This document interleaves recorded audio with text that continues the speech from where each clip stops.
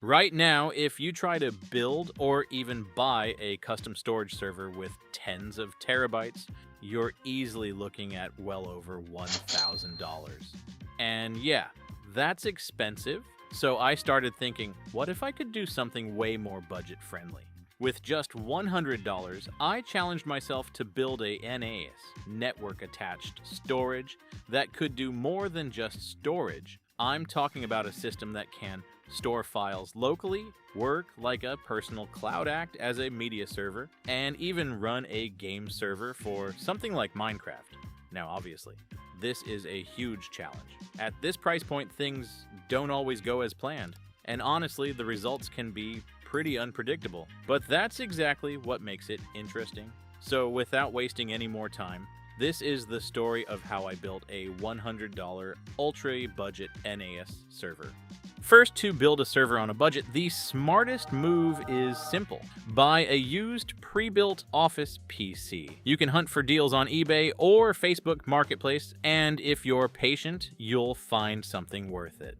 I managed to pick up a Dell Optiplex 7020 at a very cheap price. Inside, it runs an Intel Core i5-45-74 cores, 4 threads, up to 3.6 gigahertz. It's old, but still solid for a budget server. The motherboard, LGA1150, gives decent upgrade options. 4 RAM slots, 3 SATA ports, and PCIe expansion. It currently has 8 gigabytes DDR3, which is enough to start, and easy to upgrade later. Cooling is basic but fine, and the 250-watt PSU is just enough for a low-power NAS. Overall, it's a cheap but capable foundation for a $100 server build. Overall, these parts come together into a pretty solid base system, and the total so far is just $50. That means I still have $50 left to upgrade. Ideally, I want to add a boot SSD, large HDDs for storage, and maybe extra RAM if the budget allows. But honestly, right now RAM and storage prices are pretty high, so I decided to prioritize drives first since storage is the most important part of a NAS. So I went back to browsing on eBay. After digging through a bunch of listings, I picked up 2 1TB Seagate Barracuda HDD drives for $19 each. The seller claimed they were fully functional. Then for about $10, I grabbed a used 120GB SSD, just enough for the boot drive. Everything arrived well packed. Before installing anything, I'll plug the drives into another PC to check their health and make sure everything is working properly. The first drive checked out great, only 3,423 hours of usage, less than 5 months, and 581 power cycles. The second drive was even better, just 2,265 hours, a bit over 3 months, with 819 power cycles. And the SATA SD, 100% health with only 149 hours of usage. Honestly, these used drives are an absolute steal. No idea why someone would sell them. Now comes the fun part. With all the parts ready, it's finally time to turn this system into a proper server. But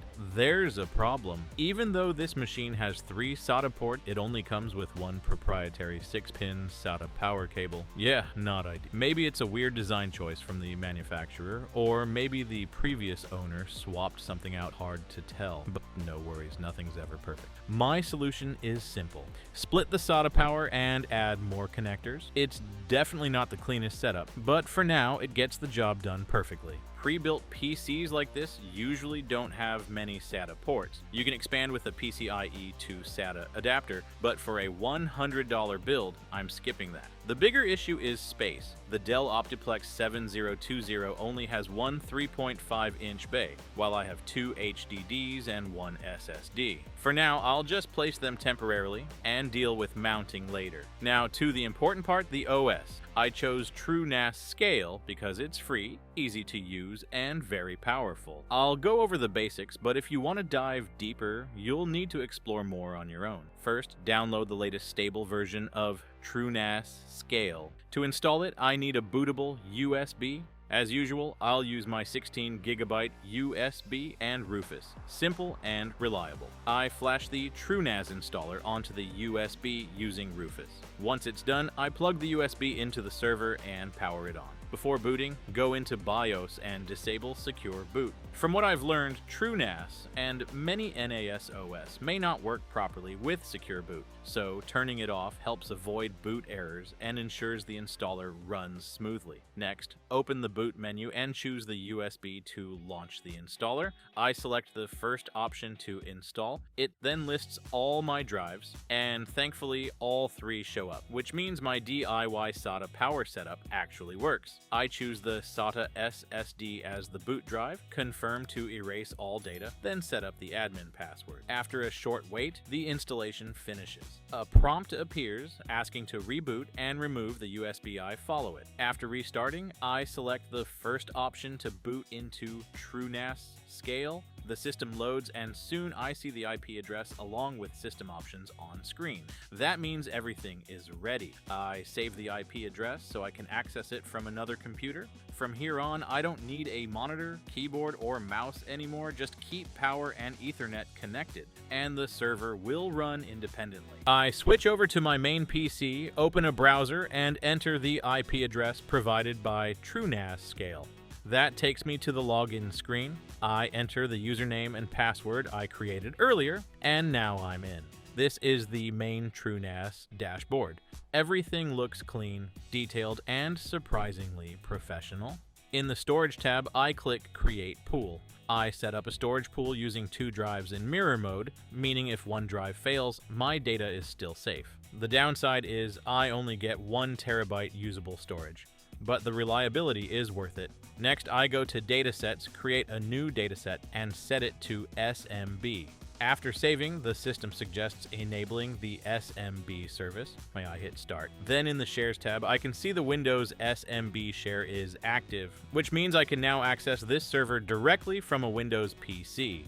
Finally, I head to Credentials, Users, and create a new user account. I enable SMB access, set the username to Spec, add a password, and now I've got a dedicated account to log in and access files from Windows.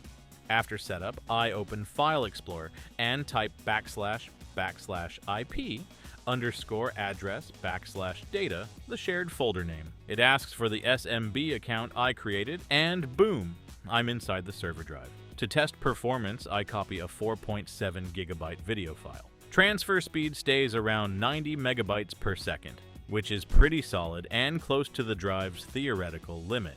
After that, I play the video directly from the NAS. Smooth playback, stable connection, almost like running it locally. If you access it often, just use Map Network Drive to assign it a letter. It'll show up like a normal drive in Windows. Super convenient. And that's not all. TrueNAS Scale also supports a ton of apps. In the Apps tab, you can install tools based on your needs. For example, if you want a personal cloud, you can set up Nextcloud in just a few minutes, giving you full control over your data without relying on third-party services. The system also supports running a Minecraft server, both Java and Bedrock, so you can play with friends on your own private world. I installed a Java server on TrueNAS Scale, configured it, hit install, and once it switched to running, that was it. I launched Minecraft, entered the server address, and boom, I was in. You can even build your own personal Netflix using tools like Jellyfin or Plex, stream movies and music smoothly across all your devices. Of course, not everything will run perfectly on a $100 DIY server, but that's the trade-off. For the price, the value is honestly impressive. More importantly, this project gives you a chance to learn how servers actually work. Looking at my setup, yeah, it's not pretty. Since proper server cases are expensive, I literally used zip ties to mount the drives. Not beautiful, but it works. And that's the key takeaway. An old PC still has a lot of life left in it. For just $100, you can turn it into something genuinely useful instead of letting it collect dust. After this experiment, I can confidently say this is a solid budget server, and you can absolutely build something similar or even better if you find good deals. So, what do you think? Would you try building one yourself? Thanks for watching, and I'll see you in the next experiment. This right here is a mini PC you can find almost anywhere in an office environment. On the used market, especially on eBay, these machines usually sell for around $80. And no, this isn't some ancient dinosaur running on an old LGA 775 platform.